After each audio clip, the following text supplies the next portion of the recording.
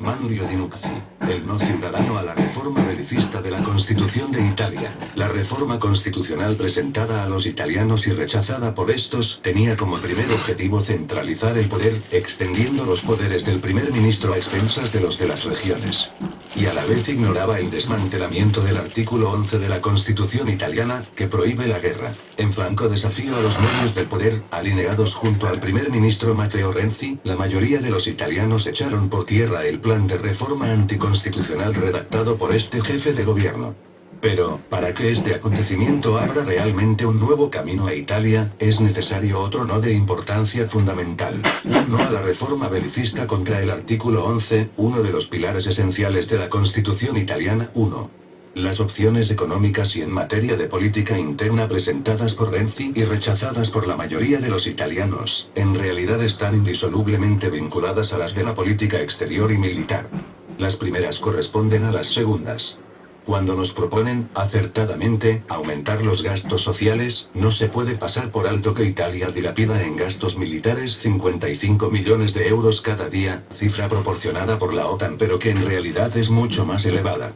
Cuando se pide, con toda razón, que la ciudadanía tenga voz y voto en materia de política interna, no se puede ignorar el hecho que no tiene derecho a capítulo en cuanto a la política exterior, que sigue orientada hacia la guerra. Mientras se desarrollaba con bombo y platillo la campaña sobre el referendo, se observó un silencio casi total sobre el anuncio que hizo a principios de noviembre el almirante estadounidense Baker. La estación terrestre del MUOS, en Nizhemy, que cubre gran parte de Europa y África, ya está en servicio. Instalada por el gigante estadounidense de la industria de guerra General Dynamics, con ingresos ascendentes a $30,000 millones al año, la estación de Nizhemy, en Sicilia, es una de las 4 estaciones terrestres del sistema MUOS, las otras 3 se hallan en Virginia, Hawái y Australia.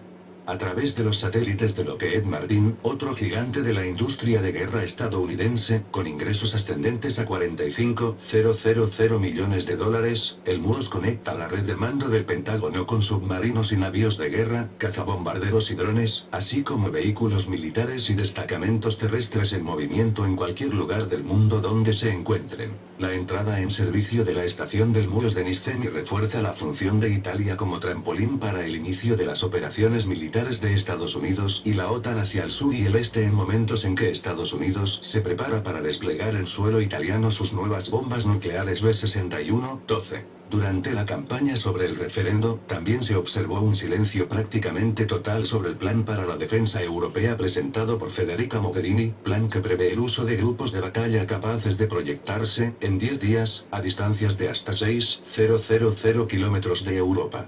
El mayor de esos grupos de batalla, cuya nación guía sería Italia, realizó durante la segunda mitad de noviembre el ejercicio European Win 2016 en la provincia italiana de Udine.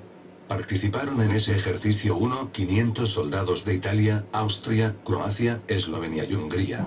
El grupo de batalla que Italia lidera fue certificado como fuerza en plena capacidad operativa y está listo para su despliegue, a partir de enero, en áreas de crisis, principalmente en el este de Europa. Para evitar todo malentendido con Washington, Federica Mogherini precisó que eso no significa crear un ejército europeo, sino disponer de más cooperación por una defensa más eficaz en plena complementariedad con la OTAN, lo cual es una manera de decir que la Unión Europea quiere fortalecerse en el plano militar manteniéndose bajo las órdenes de Estados Unidos en el seno de la OTAN, alianza militar a la que pertenecen 22 de los 28 países miembros de la Unión Europea. Mientras tanto, el secretario general de la OTAN, Jens Stoltenberg, agradeció al presidente electo de Estados Unidos, Donald Trump, por haber mencionado la cuestión de los gastos militares y precisó que a pesar de los progresos realizados en cuanto a la repartición de la carga, todavía queda mucho por hacer. En otras palabras, los países europeos miembros de la OTAN tendrán que asumir gastos militares mucho más elevados. Así que los 55 millones de euros que los italianos pagamos cada día para el sector militar están llamados a aumentar dentro de poco. Pero sobre ese asunto no habrá referendo. Manlio Di Nuzzi, fuente, Il Manifesto, Italia.